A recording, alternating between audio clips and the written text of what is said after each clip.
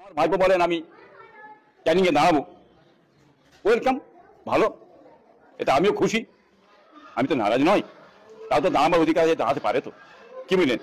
আমি চাতা হিসাবে আমি খুব খুশি হব তিনি যদি মানুষের জন্য পাশে দাঁড়ায়, সত্যিকারের মানুষ যদি কাজকাম করে। আর বাংলার মানুষ চাই, কেন আমার ভাইপো দাঁড়াবে না? কাজের দিকে দাঁড়াতে পারে, তার অধিকার আছে, তার জন্য মাথা গরম অন্য কারো কথা চলবে না, কি বুঝলেন? যে দাঁড়াচ্ছে বলে আজকে অনেকের মাথা ঘেমে যাচ্ছে, অসুবিধা হচ্ছে না, এটা ঠিক নয়। মানুষের সুযোগ দেন না, দাঁড়াক না, উঠুক না, চা আসুক, বাংলার মানুষের কাজ করুক। দেশের যে পরিস্থিতি দাঁড়িয়ে গেছে, দেশের যে একটা পরিস্থিতি দাঁড়িয়েছে, যে ধরনের চলছে ধর্ম নিয়ে বিভাজন, কি বুঝলেন, যেটা চলছে, যাতে মানে দাঁড়িয়ে কাজকাম করতে পারে। একটা কেন, আরো দুটো পীর যারা দাঁড়াতে পারে, আরো কিছু মৌলানা, হ্যাঁ, আলিম ওলামা, তারাও দাঁড়াতে পারে, এবং আরো শিক্ষিত সমাজ জ্ঞানী তারাও দাঁড়াতে পারে, কি বুঝলেন? দাঁড়াতে পারবে না, দাঁড়ালে মারবো, পিটবো, তাড়িয়ে দেবো, হ্যাঁ, এটা তো উচিত নয়, কি বুঝলেন? দাঁড়াবার সুযোগ দিতে হবে। তবে বাংলার মানুষ, কি বুঝলেন, ভেবেচিন্তেই কাজ করবে ইনশাল্লাহ, আশা করি। হ্যাঁ, সে ভাইপো বলতে চাইছে যে নওশাদ যদি আমাকে যদি দেয় আমি দাঁড়াবো, সেটা পার্টির ব্যাপার। নওশাদ দেবে কি না দেবে সেটা হচ্ছে তার নিজস্ব ব্যাপার, পার্টির ব্যাপার, কি বুঝলেন? সেখানে যদি নাও দেয়, আরো পার্টি আছে তো, যেখান থেকে দাঁড়াতে পারে, তার তো অসুবিধা কি আছে, কি বুঝলেন? এত তো অসুবিধা কিছু নেই, কথা বুঝলেন না? কিছু হিংসুক আছে, তারা পিছনে অনেকে সমালোচনা করবে, তারা করতেই পারে, এরা কোনো ব্যাপার নেই। ভালো কাজ করতে গেলে সমালোচনা করবে, থাকবে, এটা তো অসুবিধা কিছু নেই।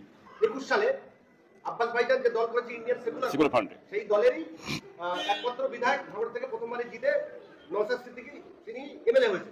সেই পথকে অনুসরণ করে ফুরফুরা শরীফে দেখতে পাচ্ছি বর্তমানে বেশ কয়েকজন পীরজাদারা তারা রাজনীতিতে 26 বিধানসভায় প্রতিদ্বন্দ্বিতা করতে ইচ্ছা প্রকাশ করেছে।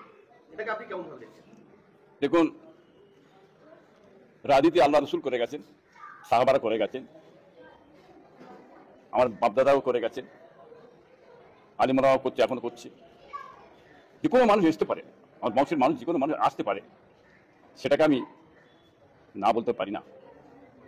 একটা রাজনীতিতে দাঁড়িয়ে মানব সেবা, মানুষের পাশে দাঁড়ানো, মানুষের আপদে বিপদে মুসিবতে দেখা, লক্ষ্য রাখা, কি বুঝলেন? হ্যাঁ, সরকারি লেভেলে সেটা এলে খুব ভালোই হয়, খারাপ কেন হবে? এটা বাংলার মানুষও চাইছে তো, চাই না বলছেন কেন? অনেকে চাইছে, বুঝতে পারছেন তো আপনারা, কথা বুঝলেন না? সবাই যে এই রাজনীতির মধ্যে নামবে, এটা এমন কোনো কথা নয়।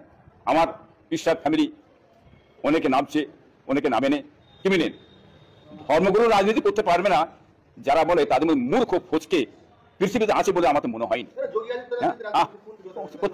কেন পারে, সে করতে পারবে না কেন? যোগী আদিত্যনাথ করে যাচ্ছে, আরো অনেকে অনেক মনীষী আছে, তারাও করে যাচ্ছে যে ধর্মগুলো রাজনীতি করতে পারবে না, রাজনীতি আসতে পারে, আসা চলবে না। ওই যে ফচকে, কি নিজে কুক্ষিগত, হ্যাঁ, হিংসুক বিচারিতা করে বেড়ায়, ওই ফচকেদের কথা বাংলার মানুষরা নেবে না। বাংলার মানুষ জেনে গেছে, কি বুঝলেন, যে পরিস্থিতিটা বাংলায় চলছে, এটা এই মুহূর্তে কিন্তু, হ্যাঁ, কিছু সৎ ব্যক্তি, জ্ঞানী ব্যক্তি, বুদ্ধিজীবী ব্যক্তি, কি বুঝলেন, হ্যাঁ, তাদের এই রাজনীতি মঞ্চে এসে দাঁড়ানো উচিত, না বা দরকার আছে, তার সমাজের কাজ হবে বলে মনে করি। আইএসএফের দক্ষিণ 24 পরগনার জেলা সভাপতি আব্দুল মালিক তিনি কাসিম সিদ্দিকীকে স্বাগতম জানিয়েছেন যে আমি জেলা সভাপতি হিসেবে আমি যদি কাসিম সিদ্দিকী ক্যানিং পূর্ব থেকে দাঁড়ায়, আমি তাকে স্বাগত জানাবো এবং পার্টি যারা শীর্ষ নেতৃত্ব তাকে বোঝানোর চেষ্টা করবো যে কাসিম সিদ্দিকী এই জায়গায় দাঁড়িয়ে প্রতিদ্বন্দ্বিতা করতে পারে। যদি নাকি নওশাদ ভাই বা তিনি ক্যানিং পূর্ব থেকে যদি প্রতিদ্বন্দ্বিতা করেন, প্রচারে যাবেন আপনি দাঁড়ানো হয়ে? দেখুন, সে দাঁড়াতে পারে, কি বললেন, আমিও তো নিজে বলছি, না বলছি যে আমি তো না বলিনি। আমি এইখান থেকে বাংলার মানুষকে তো আমি আমার কথা জানিয়ে দিচ্ছি, এটা প্রচার করে দিন। আমি নতুন করে যে প্রচার করার সময় কোথা, আমি তো বিশ্বাস মানুষ, কি বুঝলেন, আমার বেরোবার সময় কোথা, সারাদিন আমি সকাল দিকে আমি আমার দরবারে বসে থাকি, লোকজন নিয়ে পেরেশান থাকি। এবার আমি সময় যে পাবো এটা প্রচারে বেরোবো, সময় কোথা? আমি হয়তো মগরব বাদে ধর্মসভায় যাই, ধর্মসভা রাত্রি ফিরে চলে এসি, কি বুঝলেন। এবারে ভাই পয়সা নিয়ে বা আরো দেশের মানুষ যে আমি যে বেরোবো, আমার সময় তো নেই বেরোবার। আমার সমর্থন আছে তো, আমি তো সমর্থন করি। জি, যদি আপনি সরাসরি যান তাদের কাছে, তারা তো যেমন কাসিম ভাই বলছেন যে অক্সিজেন পাবে, আমিও সেই কথাটাকে সমর্থন করছি। আপনারা গেলে ডাইরেক্ট সরাসরি গেলে তারা একটু উদ্যোগ হবে, তারা অক্সিজেন পাবে। দেখুন, আমি এইখান থেকে অক্সিজেনটা এইখান থেকে দিয়ে দিলাম তো, এটা আমি অক্সিজেন দিচ্ছি এখানে বসে বসে। বাংলার কোটি কোটি মানুষ দেখছেন, জানছেন তো যে ফুটা ইব্রাহিম কি বলতে চাইছে।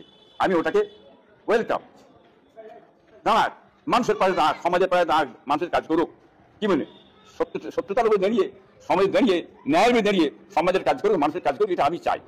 তাই কাসিম সিদ্দিকী কেন, আরো দুটো ভাই ভাবে দাঁড়াতে পারে, এবং পিসাব পীরজাদা কেন, আরো বাংলার জ্ঞানী গুণী আলিম ওলামা কি বলে তারাও দাঁড়াতে পারেন, কোনো অসুবিধা নেই। সে আরো আমাদের সমাজের জন্য ভালো হবে, এটাই আমি বলতে চাই। মুখ্যমন্ত্রী যে ওয়াকআপ নিয়ে একটা খোলাভাবে বার্তা দিলেন, যে তিনি বললেন যে আমার থেকে খারাপ হবে না, কেউ যদি আন্দোলন করার ইচ্ছা হলে দিল্লি গিয়ে করে। তারপরে দেখছি পীরজাদা এবং আলেম ওলামা তাদের বিরুদ্ধে মুখ ঘুরিয়ে নিচ্ছে, সেই কি প্রভাব পড়ছে? দেখুন, মুখ্যমন্ত্রী ওই কথা যে কেন বলেছেন এটা সহজে বুঝতে পারছেন না, কি বললেন? এই জবাব একটা দিয়ে দিয়েছে, নতুন করে আবার জবাব কি দেবো বলার কিছু নেই।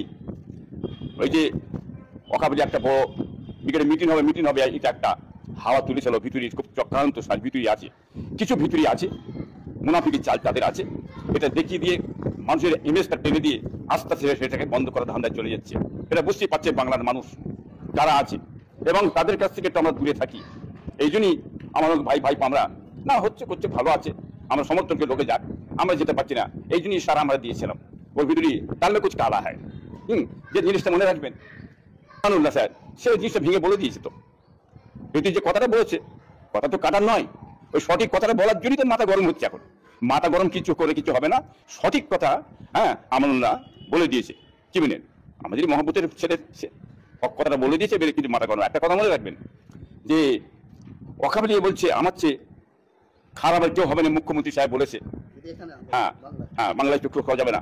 তবে এই কথাটা বলার ব্যাপারটা হচ্ছে কি, এর ব্যাপারটা হচ্ছে যে হিন্দু ভাইদের ভোটটা ভেঙে যাচ্ছে মমতার কাছ থেকে, মমতা বিশ্বাসযুক্ত হেরিয়ে ফেলছে, যার কারণে এইটা বোঝাতে চাইছে যে ওয়াকআপের বিরুদ্ধে আমি দাঁড়িয়ে আছি।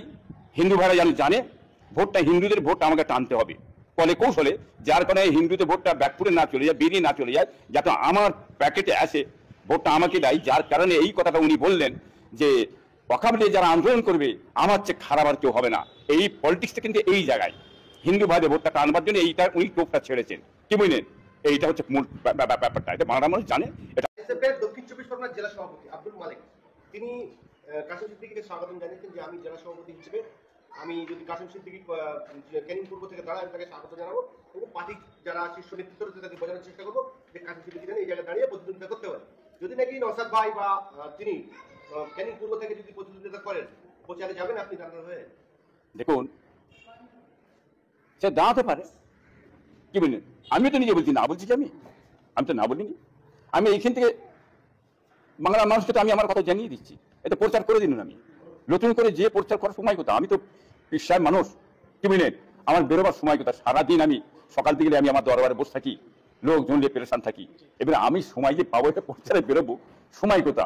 আমি হয়তো মগরব বাদে ধর্মসভায় যাই,